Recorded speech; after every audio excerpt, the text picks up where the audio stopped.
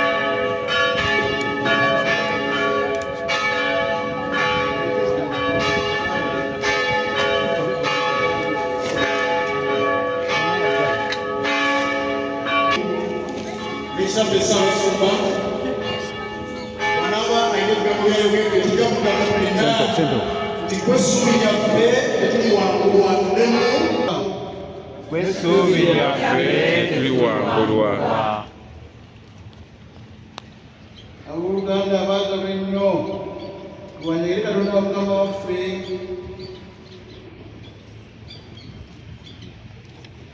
omusalaba ne Ssaabasumba akulembedde naye omukolo ogugenda okulembera ye Ssaabasumba okufuuwa ekkondeere erigenda okulangirira omwaka gwa yubireewo nti guguddwawo.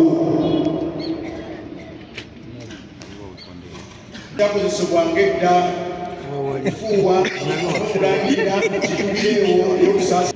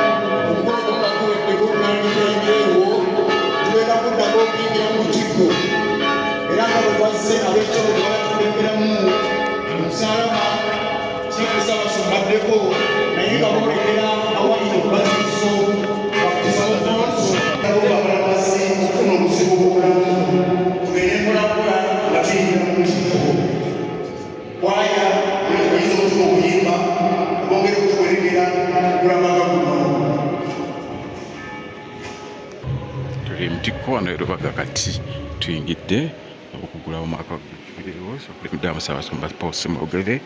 News Uganda asiga bagira ati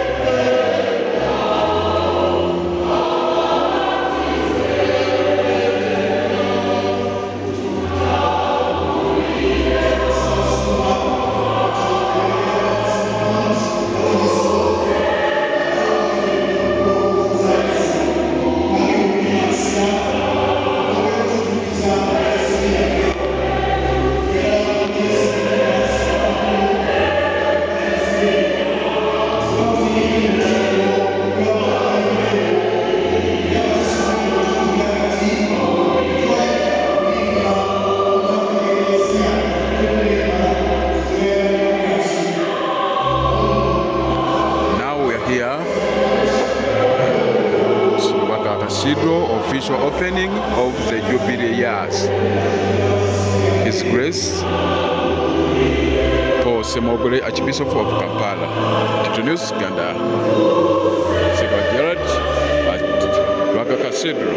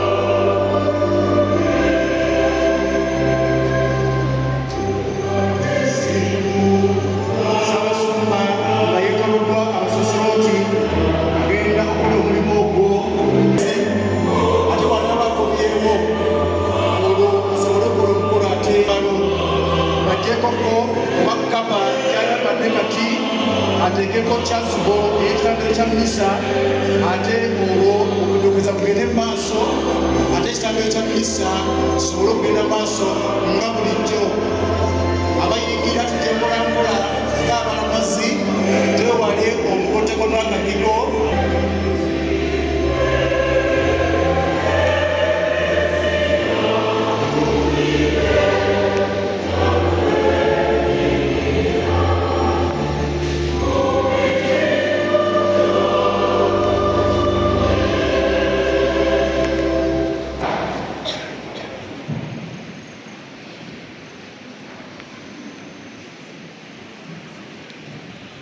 Oluganda baagabwa lwanjagala tunominga buli kantu mukama waffe ab'omukisa amazzi gabo ge Katonda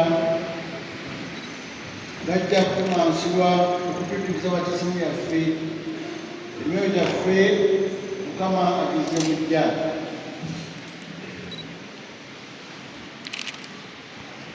Tunominga buli kantu ensibuko y'obulamu w'omukisa amazzi gano getugenda okumansibwa.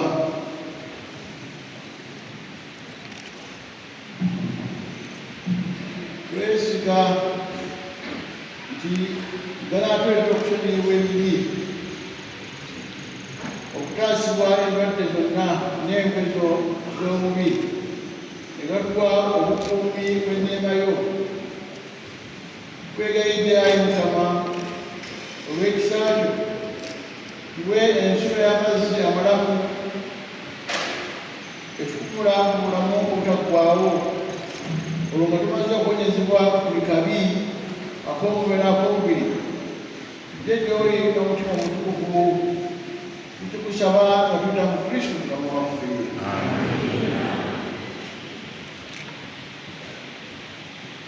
Kati agenda kwemazako amazzi ago ate n'abasosolooza bamwetoolodde bw'anaaba amaliriza eyo okutumansa n'amazzi gano akabonero akatuukiza batiisimu eyo eyatuyingiza mu ekereziya ne tuttula enneema ekituliko kati ze tweyagaliramu mu bukristu bwaffe, era nga bwe tuyingidde mu lutikko bwe bityo bifaanaganye obubonero buno obw'okuyingira mu ekereziya ate okugoberera Kristo oyo atujjuza ekisa n'enneema ennaku zonna ez'obulamu bwaffe.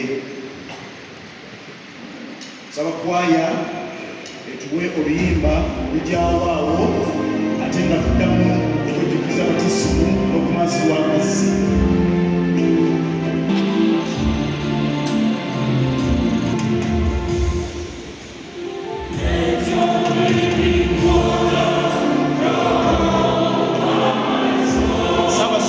Kulemberwa omusalaba n'omudyakoni akutte ekitabo ky'ebbanjiri nga ayolekera eyo gye tuli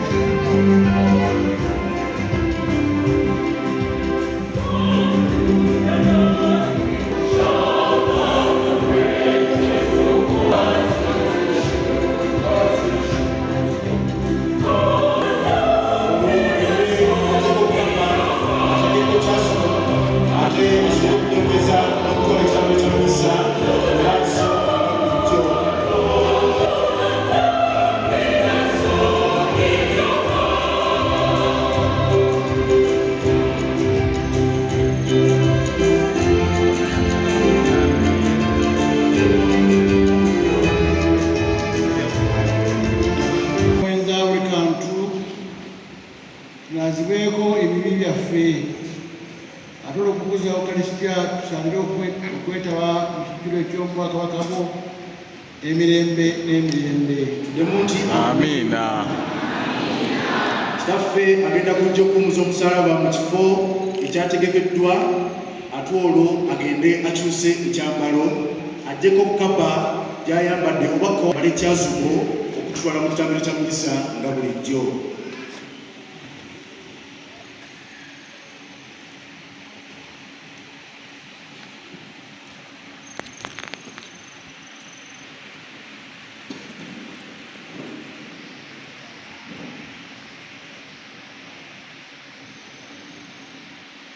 Kwaya tusaba mutuwe oluyimba olujjwa mu kaseera kano. Kitaffe Ssaabasumba kati agenda okukyusa ayambale ekyazugo ate tusobole okugenda mu maaso n'ekitambiro ky'omugisa.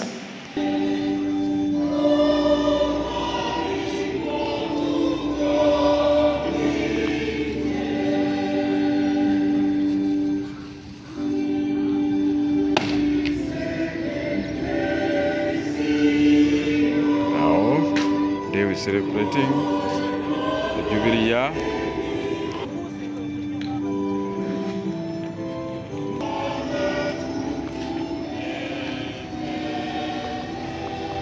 Tunis, Ghana.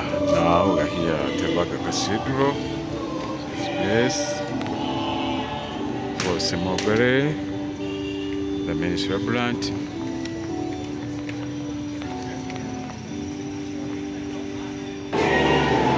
The official opening of the Jubilee year.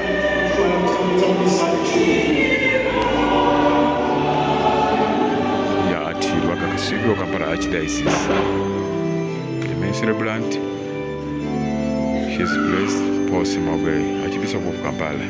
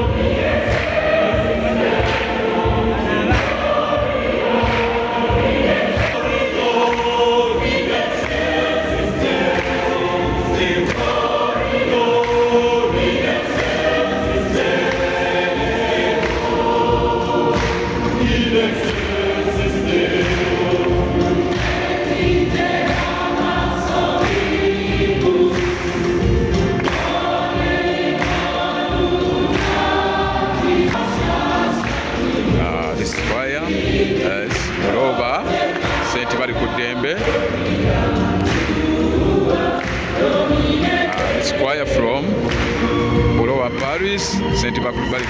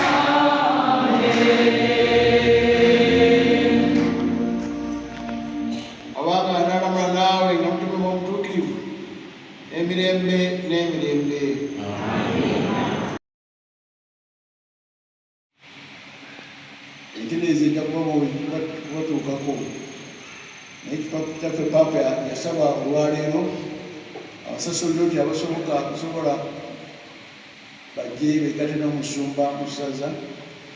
Kino ekikoleddwa wano kikoleddwa na buli ssaza yonna yonna mu nsi yonna, si Lubaga yekka. Ekisobola ekissaza akoze ekintu nekikoleddwa ate nga alina abasasoloti. Wano abasasoloti abatukiikiridde mulimu abakulu b'ebifo, deans, vicars n'abalala n'ebitongole eby'enjawulo betwaniriza obulungi. Ano simanyi oba n'abaawo egiddako abafumbo kyabakakasa nti munaabeerawo mwandika emikono newabeerawo omu yekka okakasa nti onobaawo byamukama. Nembuuza nti abakkiriza nti kujja kubeerawo mwandika emikono newabeerayo nga 10. Nembuga nti awo n'essuubi nti bajja kubeerawo mu myaka 25 babadde bangi ddala. Esaweho nemufunye omukisa nti tukoze omukolo guno nga mulaba oba oliawo mumuyinza okubaawo nayinza enyinza obutabaawo okugulamu. Ne bwe ndiba wendi sirowooza nti ndisobola okujja mu katedro wano nakalina aliwo abatumidde.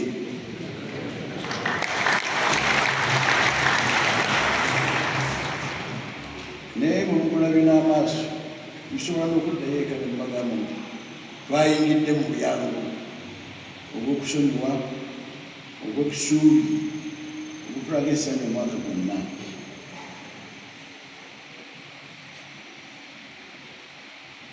Tukyali mu Okitoba wa mazaalibwa ga Mukama waffe Yesu Kristo. Oyo Katonda ali naffe, oyo omulangira kiwamirembe, oyo kigambo ekifuula omuntu nabwe twawulira mu Vvanjiri ya Yowaana ku lunaku lw'amazaalibwa. Ono mwenambandiza mu ntikko eno okubeerawo ng'abajulizi nga tukola omukolo guno omukulu ogw'okugulawo omulyango nga kitatu Papa Francis yatusaba. Nebaza abanyambyeko eyanyambyeko okufuuwa ekkondeere ebivuga bulungi era n'abategesi isiba lifugi ono netukoze omuwanvu bwati naye nomukulu w'ekifo ne ttiimu ye abategekedde obulungi bakiddwa eno n'abalamu n'abayambyeko okulaba omukolo guno gutambula bulungi si bwa bulijjo ono tukoze netusanyuka twegase n'ekereziya yonna yonna ey'ensi yonna omukola omukolo guno. Twesiimye ffe abatuyise ku lunaku luno lw'ebyafaayo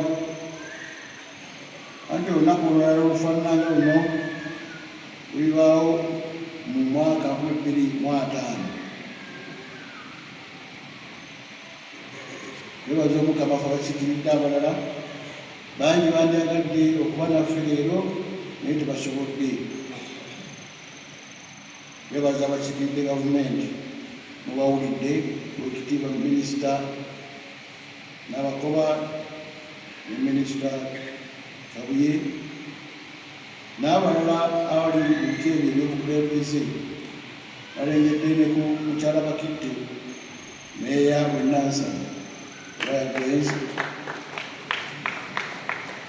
Bonna abo balina bakiikiridde okulaga okukkiriza kwaffe ng'abantu bannayuganda.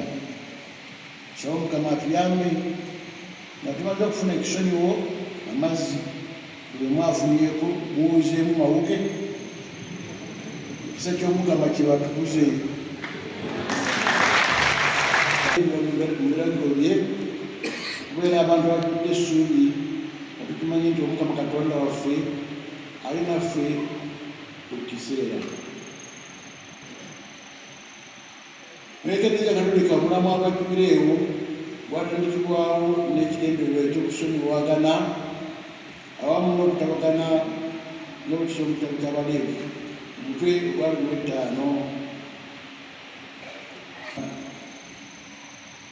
Jubireewo yasooka yalangirwa Paapa Boniface ow'omunaana mu mwezi ogwokubiri mu mwaka 2013. Ku myaka 10 myaka 5 naye olaba ebbanga libeera ggwanvu nnyo. Ate Paapa mu biseera biddiira nga bigenda bitambula bibeera myaka 25. Abantu abawerako ne basobola okujjukiza Jubireewo nga bwe twakola mu 2000.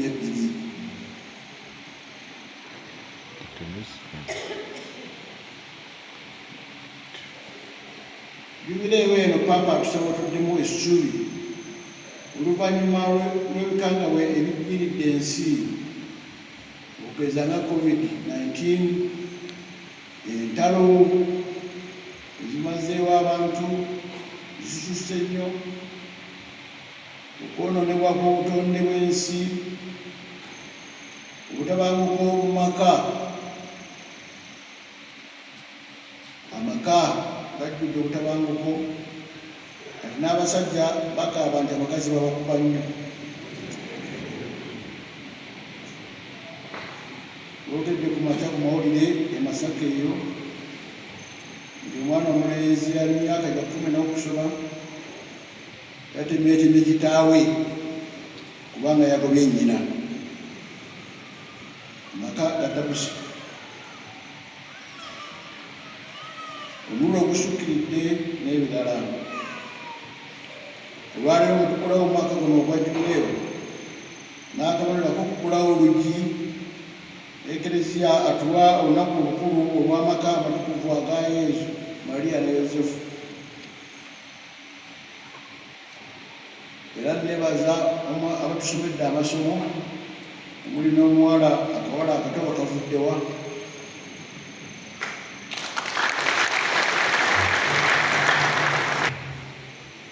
Nkakasa nti mukubidde engalo ekigambo kye kasomye naye naako ne mukakubira mu ngalo kuba kasomye bulungi.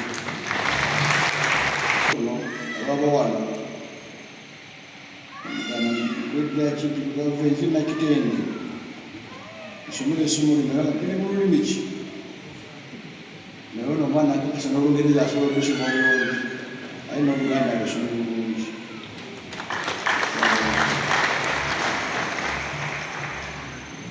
Amaka kikulu nnyo mu Ekereziya wamu n'ensi yonna amaka g'ekereziya esooka mu bulamu bw'omwana, amaka gesomero erisooka mu bulamu bw'omwana, gwe musingi omukulu kwatandikira. Tuba twagala ensi okubeera ennungi, engumu, etambulira ku butuufu, ku mazima, ku bwenkanya, okwagalana, tulina okunyweza amaka gaffe. Banaabeera ng'obwana twagala okubeera n'okukkiriza okuyitirivu mu ekereziya kusigalewo, tunyweze omusingi gw'amaka, okukkiriza kubeere nga kunnyikira mu maka, ate n'empisa ennungi eddala tulina mu bulamu. Abatabangula amaka abeera atabangula amaka abeera si eggwanga lyonna, anti mu maka ffenna mutusibuka. Awo n'abaluganda ffenna tusabire amaka gaffe bulijjo gabeeremu Katonda, gabeeremu empisa ennungi esangira amaka, gabeeremu okwagalana, anti abo okwagala Katonda bw'abeera. Ekisooka kitabo kya Samueri omulanzi, Mukama atuyigiriza nti abaana abava eri ye tusaba, kirabo kya Mukama. Omuwala ono Anna oba omukyala yali amaze ebbanga nga mujjawe amusekerera kuba yali tazaala, agandi mugumba, talina mikisa. Naye n'agenda ew'omulanzi n'asaba Katonda nnyambe nange nzaale ku mwana. Era Omukama n'awulira essaala ye, ate bwe yamufuna omukyala ono akwata bba omwana ne bamuliza Omukama. Mwebale kuzaala baana nga mutabayisa ne mutabayita bizibu. Abalina obuvunaanyizibwa obw'okulera abaana ate ne mubalira bulungi, ne mubalaga Katonda, ne mubasaako obuvunaanyizibwa bulungi. Omukama abongera emikisa.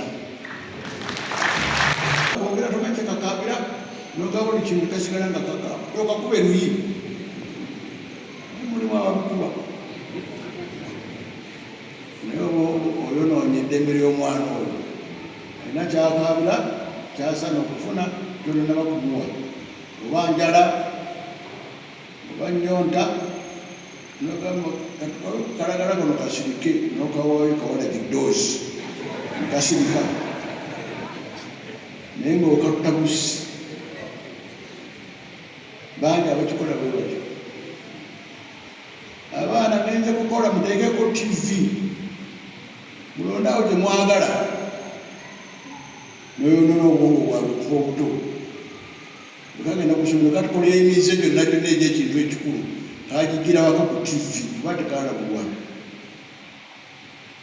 Naye mwe aba balina n'omulera n'ogenda naye n'olugera naye n'akula, abazadde abamu bagamba nti nsigale nga nkuuma abaana ogenda okole kuba bwe tuba abavaako bajja kwonooneka, babonyeebonye ensi, aye nawe aboneebonye. Amaka kikulu nnyo, abazadde tubasabire nnyo okulaba nga balabirira bulungi abaana bano. Ate abaana tubakwase Katonda. Ekugambira omuzadde kati mutwale mu bajjajja bamukwatike bamuwe emikisa, tebajja kumuwa mikisa kuba baafa dda bo tebagirina. Singa bagirina tebandifudde. Bali ku nnaku yaabwe eri mu bijja ate olw'omukisa gulo okudaalira abafu bajje bawoona omukisa. Otwala eri Katonda ekereziya babatizibwe. Ate nno tutya ebyensi ebyo tubitiira ddala. Tumanyi balina ebiina amaanyi mayitirivu. Ennaku ezo mukwano gwange yambuulira nti yazadde abalongo bali bayiseewo nnaku ngasatu, ne mugamba bweza oba yangamba bwa Katonda oba wamukasa sikyajjuke. Noluvanyuma ne mugamba nti tubabatiza ddi, nagamba twabatizaawo abutoba buyisa biri biyinza okudda ne bibakolako. Kituufu tukubiriza abalala okujja okweta sitaani owabalongo mu famire naye atuleme kutya nnyo kubanga Katonda yawangula era atuwanguza atumwesibyeko. Kwasa Omukama ng'ono bamutwala namukwasa Katonda ate n'avaamu n'abeera omuweereza w'Omukama n'aweereza Klezia. Tubeera mu Katonda bwe tuba tukolesa Katonda abatimuyo tusabira abazadde okuzaala abaana alina okubakuza obulungi naye abaana bwe tulina okukitegeera ekirabo kiva ewa Katonda. Tusabe Omukama bulijjo atukkiriza nga bwe yawa Anna amaka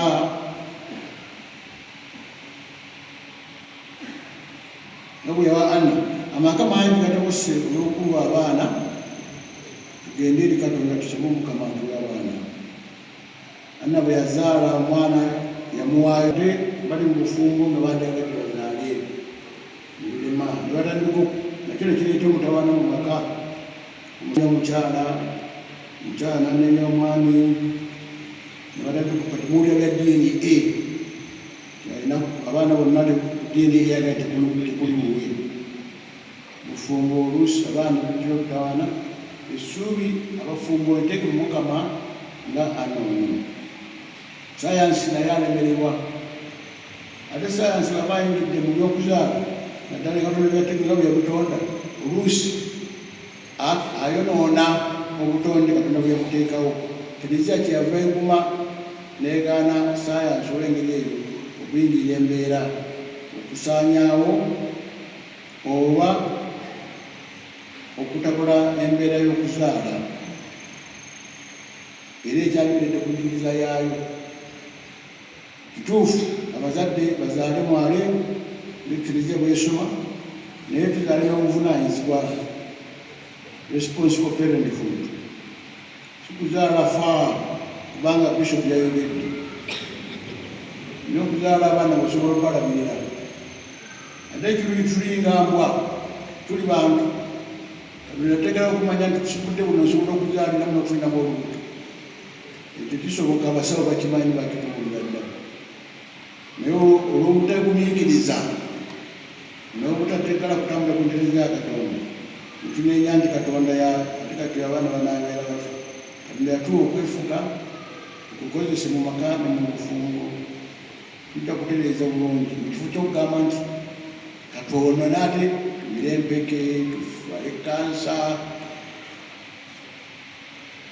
Manya nti oli yakola okuziyiza okufuna olubuto abalina okukwata kwenge Katonda byeteekawo ebireeta omuntu okufuna olubuto awo nno byalumba byasannyalaza byadda mu bufumbo notoka ku myaka 30 oli mukyala myaka 3 nze nabivaako kubanga agaweke gawe kwatemesa omusajja. Aye tulina tuteeke mu Mukama abaana babeera baganye tulina okutabula bufumbo nakutabuka nowasa abakazi 3 bonna tebazaala nogamba nti abakazi be bakyamu naawe omusajja oliko ekizibu. Ekizibu kiriko gwe okisire ku bakazi ate emirundi mingi omusajja yasalawo njala n'abaana balenzi bokka kananzaleyo kalenzi. Omusajja butamanyi nti ye yennyini yalina obuvunaanyizibwa okuzaala omwana omulenzi oba omuwala n'alimba ensi mukazi azaala bawala ababimanyi bakusekerera bakwongolera babera kirabe kimu amalira amakazi naye tekimanyi. Awo nno ebyamaka tubatereeze sijja kwogera bingi lero si semina ya si workshop ya marriage naye kisaana tukyogereko tusabire amaka nako mulimu namwo omwemu ebizibu obuvunaanyizibwa basobole okutugira obulungi. Muvangiri okutuuka baddayo e Yerusaalemu nituyigiriza obuvunaanyizibwa bwaffe ng'abazadde abasobola tulina okubanoonya omunawulidde kutiki omwana wange yakola akikola kibi nnyo abayakuba abaana ndiye yagula Katonda akuuza yagula wano mulesirwa mwembi mwali muddawa Yosefu ne Mariya abaddeyo ne banoonya omwana gyali ng'oludde obuvunaanyizibwa kikunaanyizibwa abeera bamutuukako ne bamubuuza maama n'abaana owedda tukunoonya ne kitaawo nze nga nabonaabonanyesa omwana wange abonebone olyolera nsi nkutwa akubabonyabonyi nabataba nabuvunaanyizibwa Asebo ne banyabo mbagaliza okujaguza obulungi olunaku luno olw'amaka amatukuvu mu kwagalana nga n'abaana bwe basaba bawulize bulungi bakadde baabwe nga Yesu bwe yaddayo n'agamba n'abala n'abagoberera n'addayo Nazaleeti nabo n'abaweereza bulungi twongere okulabira ku maka amatukuvu aga Yesu Mariya ne Yosefu empisa ennungi esaanira amaka gaffe era twongere okulabirira kubajulizi baffe aba Uganda etukuliza emyaka 6 buli baalamula abatuukirivu naffe tujjule Kristo mu mbeera zonna ez'obulamu bwaffe tusigale ka tulina essuubi jjo anti essuubi kwe kukkiriza nti ebintu bijja kubeera birungi nga Papa Francis bw'atunyonnyola mu bbaluwa gy'etuwandiikira y'ejjubiro eyo ejja okubanyonnyola obulungi mu paalishi ezo zonna gye tulimu mu mwaka nga tugenda kutambula